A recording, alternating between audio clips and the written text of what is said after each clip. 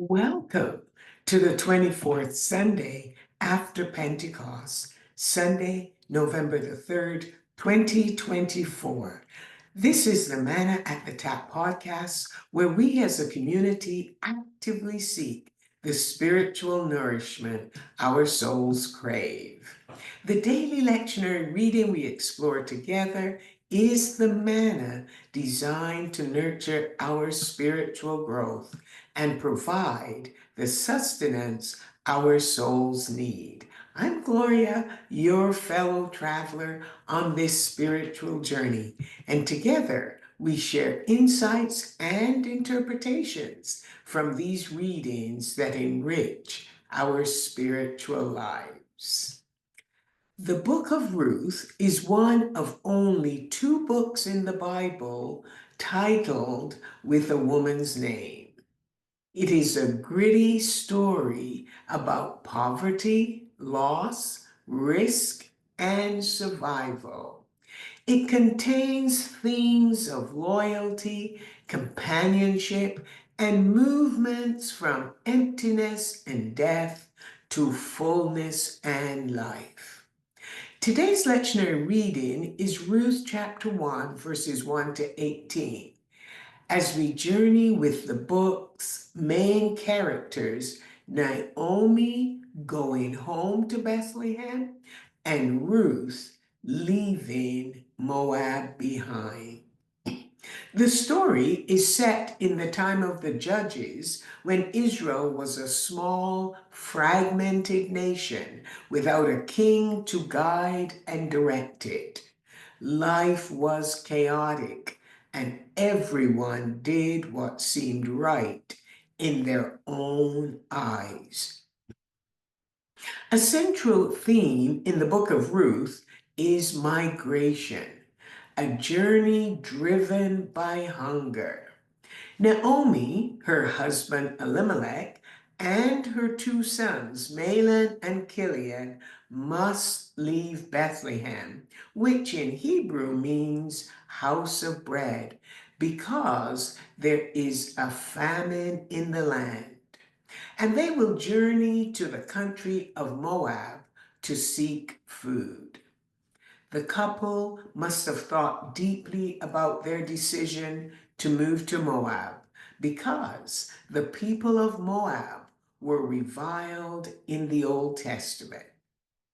But the decision was made to leave the desperate situation in their homeland and journey to a place that promised them a new life. Life in Moab, though, soon turned to tragedy. Naomi's husband died, and she is now a widow with two sons who married Moabite women, Orpah and Ruth. Tragedy will strike the family again when both Mahlon and Chilion die. Naomi is bereft of her husband and sons. Her circumstances have become desperate, and then she heard in Moab that there is food back in Israel. So at least this childless widow can return to familiar surroundings. Her daughter-in-laws are reluctant to break up their home of the past 10 years. The men are gone, but the two women want to accompany Naomi back to her homeland. At the crossroads out of Moab, Naomi instructs them to return to their mother's home, hoping they might begin afresh, seeking their security and future with new husbands. She hopes God will deal well with them, and then she kisses them goodbye. At first, they protest, but Naomi is convinced there's no reason for them to continue with her. She is determined to be alone in her grief. Death and departure have dominated this family, and the daughters-in-law refuse to leave the only person who has not left them. Naomi has nothing to give them. She has no husband and no sons left in her womb. And even if she had, they had no time to wait for her sons to grow up. Naomi can convince Orpah, and she kisses Naomi goodbye. But Ruth, she clings to Naomi with unshakable commitment and profound love. Naomi remains convinced that her bitterness is solitary and urges Ruth to follow Orpah. But Ruth decided for herself that she would add speech to her action.